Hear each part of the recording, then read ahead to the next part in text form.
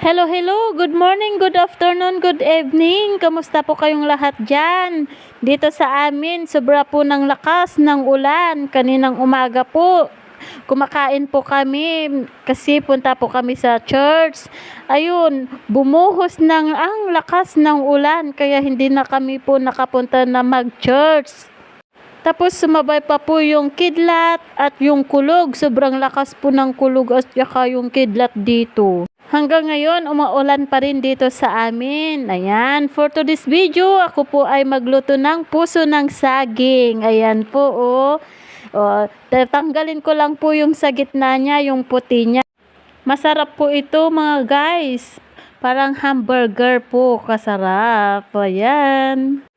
Pagkatapos niyan, hinugasan ko na po. Kahit isang banlaw lang po na hugas kasi malinis naman po yan, puso ng saging. Pagkatapos na hugasan, syempre, dirso na po sa may kaserola para isalang ko na po. I-boil ko lang po yan na kumulo ng kumulo lang. Tapos, pag okay na, tsaka malambot na, tsaka ko po salain.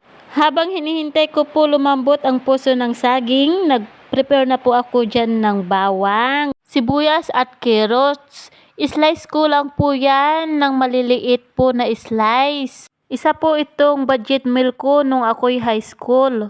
Sa may kantin na malapit sa school namin. Kakilala ko po yung may-ari. Kaya lakas loob ko pong tinanong kung paano lutuin. Agad naman po niya sinabi how to prepare tapos yung mga ingredients na kailangan. Kaya noon, trinay ko talaga nagluto. Okay naman po, perfect. Hanggang ngayon, may asawa at anak na ako. Ay, linuluto ko pa rin ito, puso ng saging. Balik na ako dito sa may saging, marami na po akong naikwento. Ayan po, talagang tinadtad ko lang po ng maliliit yung puso ng saging. Ito naman po ay pinipiga-piga ko lang po yan hanggang maalis yung mga katas-katas niya. Linagay ko na po dyan sa may bowl na may carrots. Ayan po, ihalo-halo ko lang po para maghiwalay-hiwalay yung puso ng saging na napiga. Kung linaga ko sana, isaw-saw sa bagoong kumakain na sana kami. Hehe. Kaso request yung dalawa naming anak, gawin ko daw na parang burger. Ayan, ang lakas na po ng ulan. Naglagay na po ako dyan ng 1/2 cup flour at saka 5 piraso na bawang at isang malaking sibuyas. Nagbatil na po ako 2 itlog. Hindi ko diniritso linagay. Baka may amoy o sira.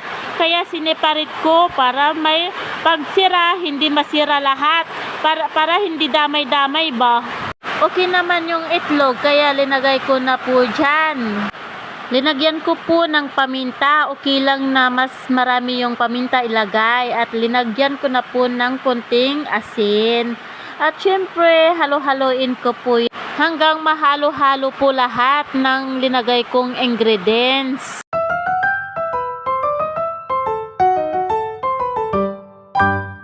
Nagpainit na po ako ng mantika, kaya ayan, naglagay na po ako. 1/8 cups po yan yung pang spoon ko.